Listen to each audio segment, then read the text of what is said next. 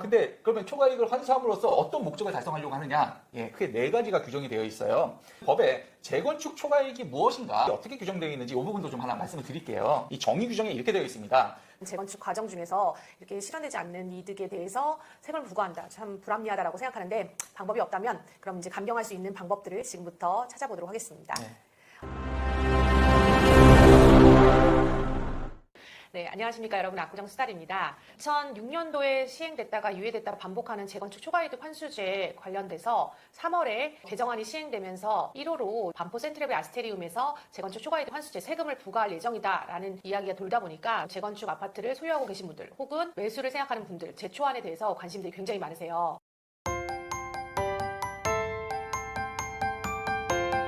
오늘은 법무법인 센트로의 대표 변호사이신 김정우 변호사님을 모시고 재건축 초과이득 환수제에 관련돼서 이야기 나눠보도록 하겠습니다. 안녕하세요, 변호사님. 네, 안녕하세요. 네. 요즘 관심들이 굉장히 많아요, 제초안에 관련돼서. 그렇죠. 특히 올해 개정된 법이 또 다시 또 시행이 되고 그러다 보니까 제초안 관련된 논의들이 많이 있는 것 같습니다. 몇 가지 질문 드리려고 하는데요. 첫 번째 질문입니다. 재건축 초과이득 환수제의 의미에 대해서 법에서는 어떻게 규정하고 있을까요? 일단 이 법률 규정을 좀 정확하게 아실 필요가 있습니다. 재건축 초과이익 환수에 관한 법률이고요. 이제 줄여서 재건축 이익 환수법이라고 하는데, 이제 길다 보니까 제초안법 이렇게 보통 얘기를 하죠. 그래서 저도 제초안법이라고 하도록 하겠습니다. 재건축 초과이익 환수, 이 법의 취지와 목적이 법률 제1조에 규정이 되어 있어요. 그 내용을 그대로 보면요. 도시 및 주거환경 정비법에 의한 재건축 사업, 빈집 및 소규모 주택 정비에 관한 특례법에 따른 소규모 재건축 사업, 이 두 가지에 적용이 되는 겁니다. 재건축이라는 것은 이 두 가지 법 이외에도 집합건물법상 재건축도 있거든요. 근데 그건 적용이 되지 않는다는 거예요. 도시정비법에 따른 재건축, 소규모 주택 정비법에 따른 소규모 재건축 사업, 두 가지 사업에서 발생되는 초과 이익을 환수한다. 초과 이익을 환수한다는 거예요. 그러면 초과 이익을 환수함으로써 어떤 목적을 달성하려고 하느냐? 크게 네 가지가 규정이 되어 있어요. 주택 가격의 안정, 그 다음에 사회적 형평을 도모한다. 그리고 국민 경제의 건전한 발전, 그 다음에 사회 통합에 이바지한다. 이게 네 가지 목적에서 이 법이 제정이 됐습니다. 어떻게 이 법이 이 목적의 취지에 부합하는 것 같으세요?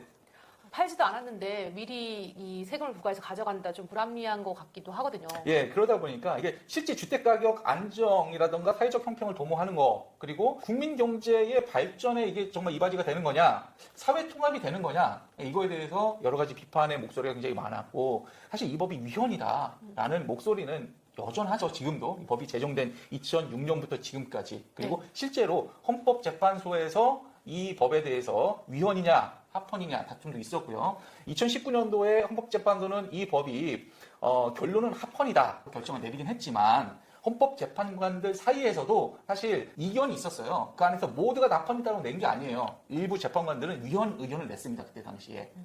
그 주요 이유 중에 하나가 이중과세의 문제점이 있다.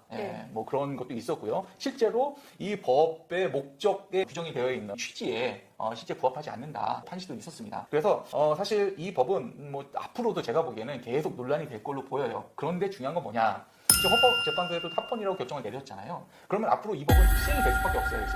물론 좀 더 완화가 되거나 이런 여지는 좀 있지만, 국회에서 또 이 법을 또 개정을 하거나 이럴 수는 있으니까요. 그렇지만 이 법은 시행이 될 테고, 그렇다고 한다면 이제는 지금부터는 이 법이 정확하게 어떻게 규정이 되어 있는지를 보고 어떻게 최대한 이 법을 피해갈 수 있는지, 적용을 피해가거나 또는 감면 규정이 있으니까 어떻게든 최대한 적용을 받아서 이 초과이익 환수와 관련된 부분이 좀 적게 적용될 수 있는 방법을 찾는 게 중요하다. 뭐 이런 생각을 합니다. 그게 더 현명하겠네요. 그렇죠. 그러면 재건축 초과이익이 무엇인가, 법이 어떻게 규정되어 있는지 말씀을 드릴게요. 이 정의 규정에 이렇게 되어 있습니다. 재건축 초과이익이라 함은 재건축 사업으로 인하여 정상 주택 가격 상승분을 초과는 주택가액의 증가분 의미하는 거예요. 증가분으로서 이 법에 따라서 산정된 금액, 통상적으로 발생할 수 있는 이제 주택 가격의 상승분, 이거는 뭐 재건축이 되지 않는다 하더라도 주택이 상승할 수도 있으니까 이것을 초과하는 부분을 바로 지금 이제 초과이익으로 좀 보고 있는 거고요.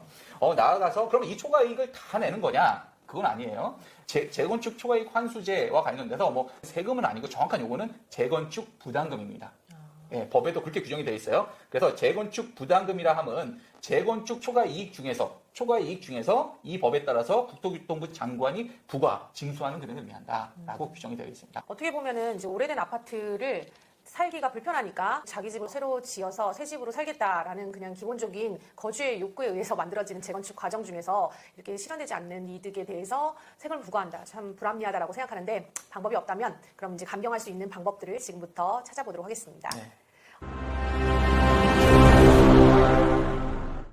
조합설립 인가 신청 이후에 주택을 매입을 했어요. 압구정도 조합설립 인가가 되어 있는 구역이 4구역이나 되니까 이 경우에 매수한 가격을 기준으로 초과 이익을 계산하는 건지 아니면 모든 조합원이 조합설립 인가일 날 주택 가격으로 초과 이득을 계산하는 건지 궁금해요.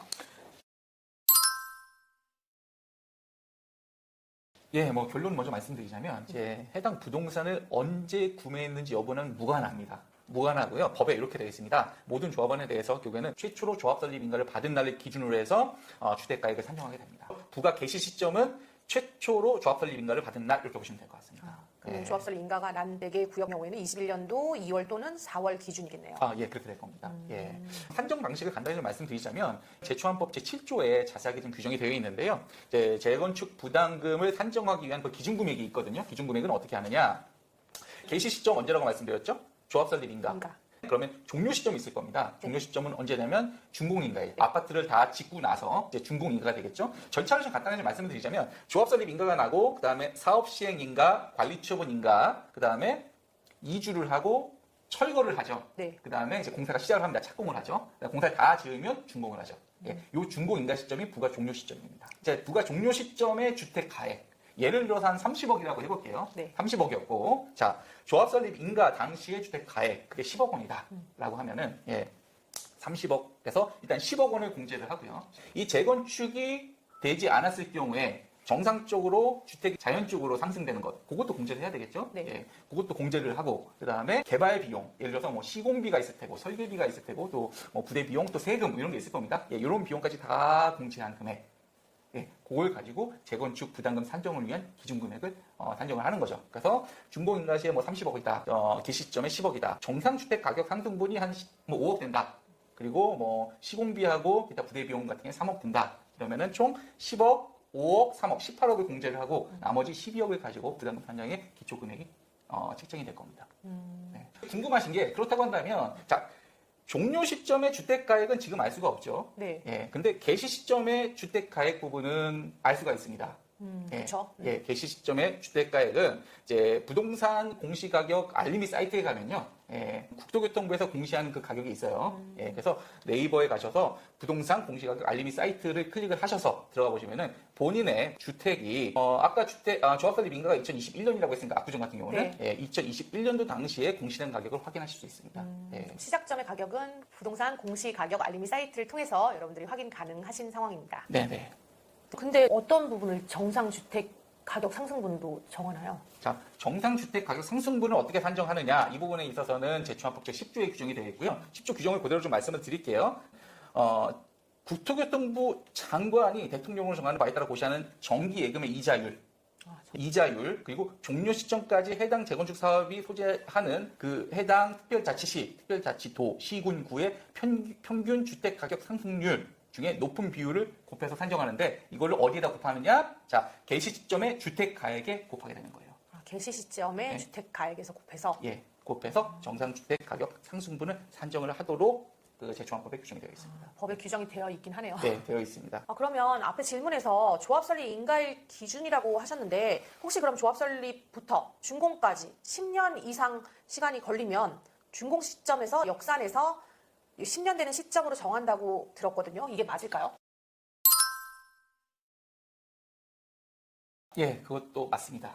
네, 법에 그렇게 규정이 되어 있어요. 제초안법 제8조에 보시면 해당 내용이 규정이 되어 있는데, 자, 원칙적으로 개시 시점은 언제예요? 조합설립인가. 네. 최초로 조합설립인가를 받은 날. 다만, 부가 개시 시점부터 부가 종료 시점까지 그 기간이 10년을 초과할 경우에는 부가 종료 시점부터 역산해서 10년이 되는 날을 부가 개시 시점으로 한다라고 규정을 좀 하고 있습니다. 재건축 사업은 통상 굉장히 10년. 길게 네. 진행이 돼요. 이상 걸리죠. 10년 이상 걸리는 데를 제가 굉장히 많이 봤어요. 자, 조합설립 인가부터 사업시행 인가까지 뭐 2, 3년 통상, 그리고 사업시행 인가부터 관리처분 인가까지 2, 3년, 그리고 관리처분 나면은 이주하고 이제 철거하는데 이주와 철거까지 뭐 한 1, 2년은 금방 갑니다. 1, 2년. 그다음에 착공부터 준공까지.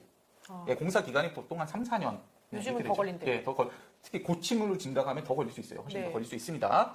그럼 이렇게만 보더라도 벌써 10년 정도죠. 이거는 아무런 문제 없이 쭉 잘 진행이 됐을 때. 네, 예, 분쟁이 근데, 없었을 때. 예, 분쟁이 생기고 한다면 더 늘어날 수 있습니다. 네. 예, 이렇게 재건축 사업 자체가 길게 진행될 수도 있다 보니까 법에서 이제 10년을 초과할 때는 이제 부가 종료 시점부터 역산해서 10년이 되는 날로 좀 한정해서 규정을 했습니다. 어쨌든 10년을 초과하진 않으니까 그냥 준공 시점, 준공 인가일로부터 역산해서 10년 구간 내이나 조합설립 인가일을 기준으로 한다. 네, 그렇게 보시면 되죠. 그러니까 원칙적으로는 조합설립 인가일인데, 다만 이 사업이 굉장히 길어진다, 10년 이상 길어진다 한다면은 준공 시점부터 역산해서 10년 되는 날을 개시점으로 본다, 이렇게 보시면 될 것 같습니다. 네, 잘 이해했습니다. 네. 사실 뭐 영상들 찾아보면 이렇게 자세하게 제초안에 관련돼서 세부적인 부분까지 짚어주는 영상이 아마 없으실 거라고 생각이 듭니다. 다시 한번 이 센트로의 대표 변호사이신 김정호 변호사님께 너무너무 감사하다는 말씀 드리고 싶어요. 너무 감사합니다, 변호사님. 네, 감사합니다. 네, 여러분들 영상이 도움되셨다면 좋아요와 구독, 알림 설정 부탁드리고요. 다음 시간에도 유익한 정보로 찾아뵙겠습니다. 감사합니다.